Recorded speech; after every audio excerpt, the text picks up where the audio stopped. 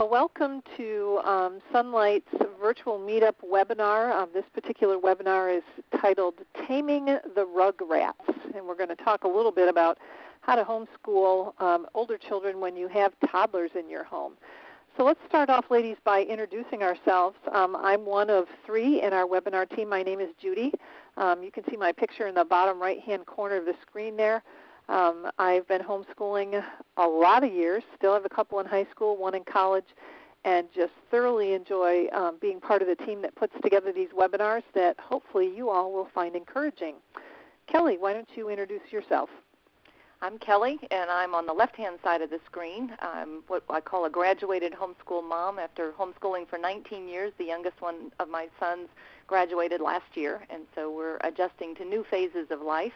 But I continue encouraging homeschoolers and just sharing what we enjoyed doing while we were homeschooling. And my name is Jill, and I homeschooled for 17 years until my last child graduated in 2007, graduated from our homeschool. And I'm happy to be here because I love encouraging homeschool parents and just helping them find their joy in parenting and in homeschooling. Well, thank you, lady. As always, it's a pleasure to get together and share whatever we might be able to use to encourage folks. So let's talk a little bit today about what do we do with preschoolers when we're trying to homeschool our older children. Let's see if we can't toss around some practical thoughts and ideas that we found helpful when our kids were preschoolers all those many, many years ago. So what are some things that you ladies did? Don't talk all at once. Well, I found usually it was. We're thinking back long ago. I think usually the preschoolers are wanting to do everything that the older brother and sister are doing. So if you can provide those school supplies and special features or special supplies for them that they can use, then that's an opportunity for them to feel like they are doing school, whether it's special books or particular crayons and drawing pads. One friend of mine who had many young ones as well as school-age children introduced me to the concept of having a box or tote of school toys, but she had a separate tote for each day of the week, so that there was a batch of toys that came out only on Monday during school time, and then there was a different group on Tuesday. And she said by doing that, young ones have a shorter memory span, and each week the toys looked new to them because they hadn't played with them in a week. So it was a way to keep toys fresh and engaging each day of the week that they were doing their school. Good point. We did something along that line, only not quite as organized as that, in that I had a tub with toys that the little ones could use only during school time.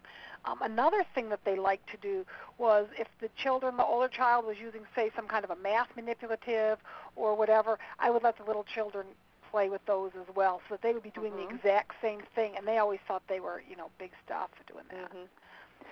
I used to create quote-unquote schoolwork for my toddlers, and usually it was nothing more than a big sketch pad and some of those, fat crayons, and I would just draw a simple stick figure or maybe trace write the letters of their name real big, and then I would tell them that, this is your school for today. So either I want you to color the pictures or I want you to trace your name. And, at a younger age, certainly they're not able to totally accomplish that, but it made them feel as though they were, like Kelly said, doing what older brother or sister was doing at the table. I used to scooch them up in a high chair and put their school materials right on the tray of the high chair. And, I always made sure to congratulate them and ooh and ah over their completed schoolwork. But anything that you could do to make them feel as though they were part of school and they had their own schoolwork to do certainly made life a whole lot easier. We made a lot of use out of the high chair too, Judy. Now that you say that, I'm thinking about the many papers and stickers and all kinds of stuff that we've done on the high chair through the years. That is a good way to get them up to the same level as everybody else, and you also kind of contain them there so they can't be like in the bathroom unrolling toilet paper or something like that. Yes, exactly. Well, there were days that I felt like Irma Bombeck. Yes. The quote up at the top. Let me in that playpen. We one thing my kids really loved was elbow macaroni, not to eat. I'm talking about before you cook it. And I used to take that sketch pad out again, and I would just do a very simple line drawing. Now, this was when toddlers were a little bit older. And then I would hand them a glue stick and a pile of elbow macaroni, and I would show them how to trace a line with the glue stick and then stick the macaroni on. And so by the time they were done, we did it with elbow macaroni, we did it with pieces of colored yarn, anything to kind of make their schoolwork three-dimensional. And they were always so proud to show that off to Dad when he got home from work. But that just was a really unique kind of art activity that they used to be able to do. Well, and that's so good for their small motor coordination, too, so it's just really a good thing all the way around. Yep. So we all know that toddlers have short attention spans, and those are all really great ideas, but we know that no toddler is going to sit still in a high chair for more than probably 15 or 20 minutes. So what else can we do to help with the whole toddler aspect of homeschooling? Make good use of, like you have on their nap time. Usually toddlers have to take a nap. Even if they aren't tired, they still have to take one if they live at my house every day, pretty much the same time. And that could be a good time either for me to take a nap or catch up on housework. But when I had students that needed extra help or some time to think without having a lot of interruptions, this was a really good time to take advantage of that when the toddler was down for the nap. Yeah. At my house, Jill, even when we outgrew nap time, we still had quiet time. Yeah, and we did too. Quiet time was defined as being quiet in one location without moving for a certain period of time. Whether I set a timer that went off or whatever, but even when they thought they had outgrown nap time, my sanity required quiet time. I felt that way too. One thing, too, a friend of mine did that's kind of a really good tool, is she had a stop sign that she made out of cardboard that was red on one side and then green on the other. And she would hang that on the inside of the toddler or younger child's door. And so if they would when she would take them in for their nap or their quiet time or even their bedtime, she would put that up and have the side facing them red.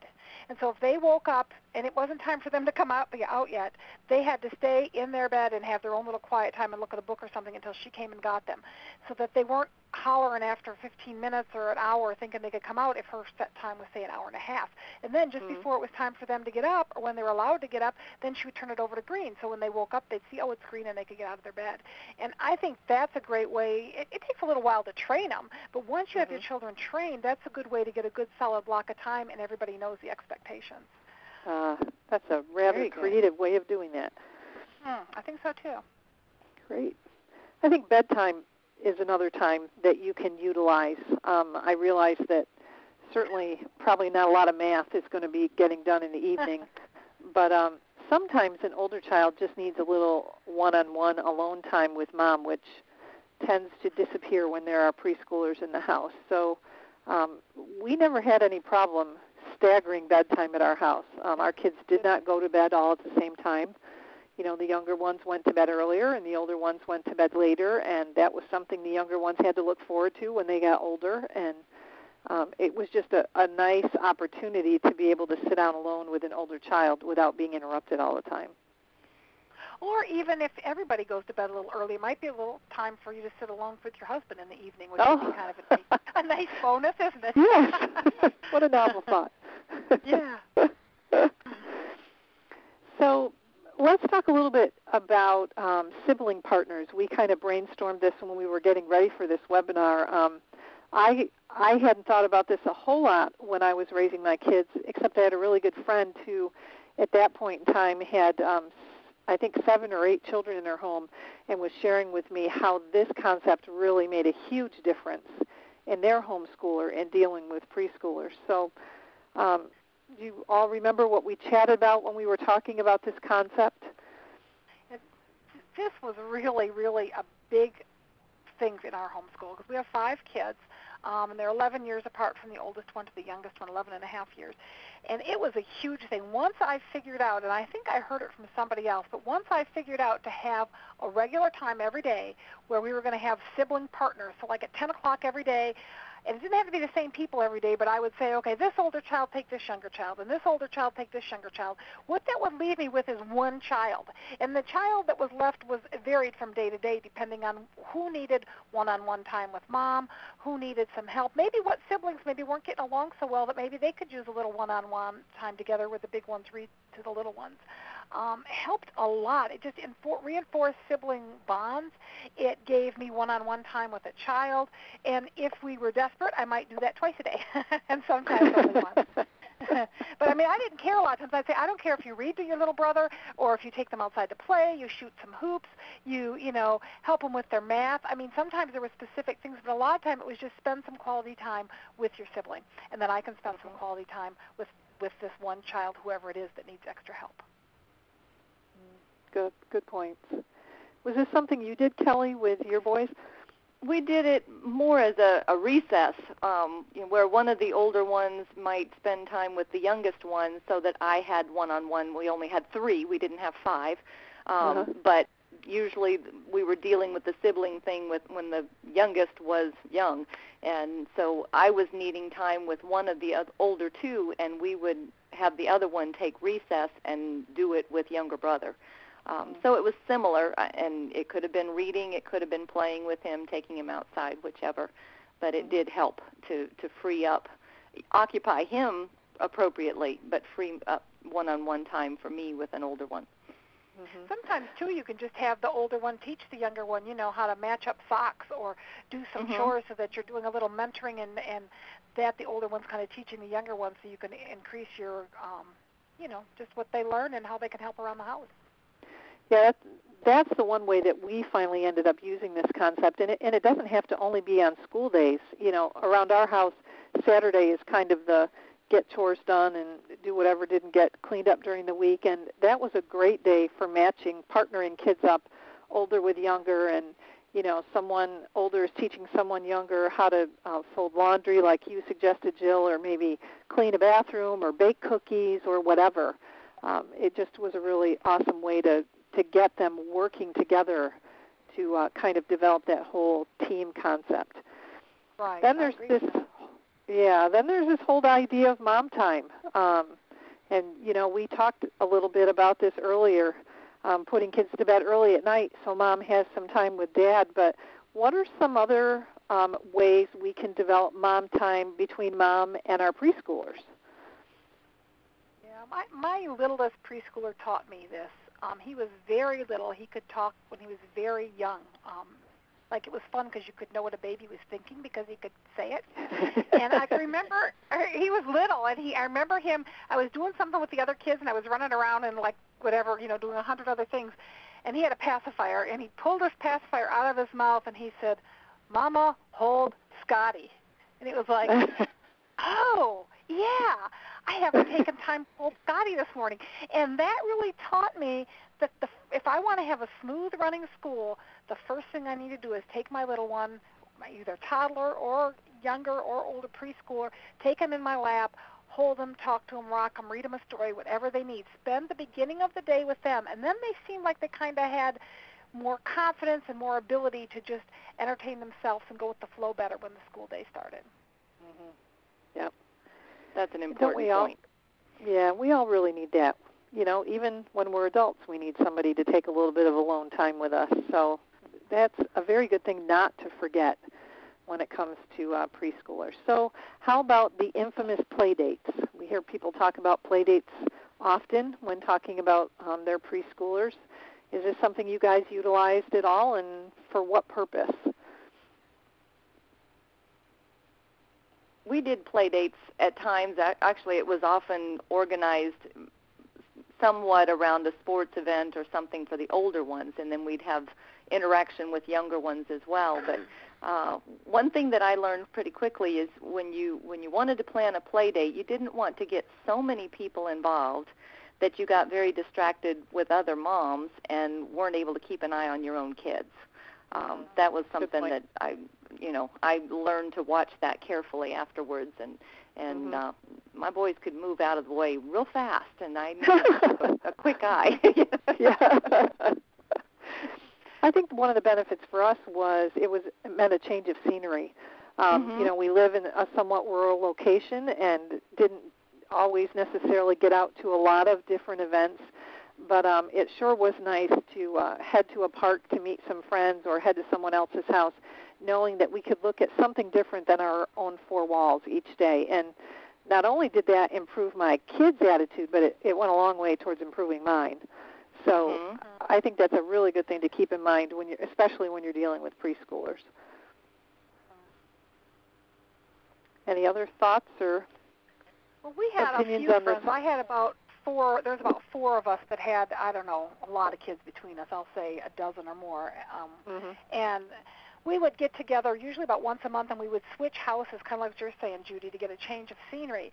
And we would do it usually at lunchtime, like say about 11 till 1, so we'd get back in time for naps. But everybody would pack their own child's lunch, and our kids each had a little lunch box, which the preschoolers and even the older kids would have their own lunch box, which that in itself was really great because sometimes my kids wanted to go to school just so they could have a lunch box. So it was awesome. They had their own lunch box. And then whoever house you were at, that mom would make lunch, something yummy for the moms. And it was just so nice because the kids got to have lunch together and play together, and the big ones played with the little ones, and the toddlers played, and everybody had a good time. And yet I got some time to interact and connect with my friends, too, so I didn't feel like I was just, around kids all day long. And that was a nice outlet for all of us. Good point. And that is important. It is. It is. Lots of really good practical suggestions here. And probably the bottom line is to remember that absolutely homeschooling with preschoolers is a challenge, but it's also a season. It's a season, and it's not going to last forever, even though some days it feels like it certainly will. But it is a season, and it's a good thing to remind ourselves that season goes very quickly. So don't miss, opportunities for valuing and including your preschoolers in what you do. So once again, ladies, thanks so much for making the time to get together and talk about homeschooling with preschoolers, and hopefully we've managed to share some very practical and encouraging ideas today. It's always a pleasure.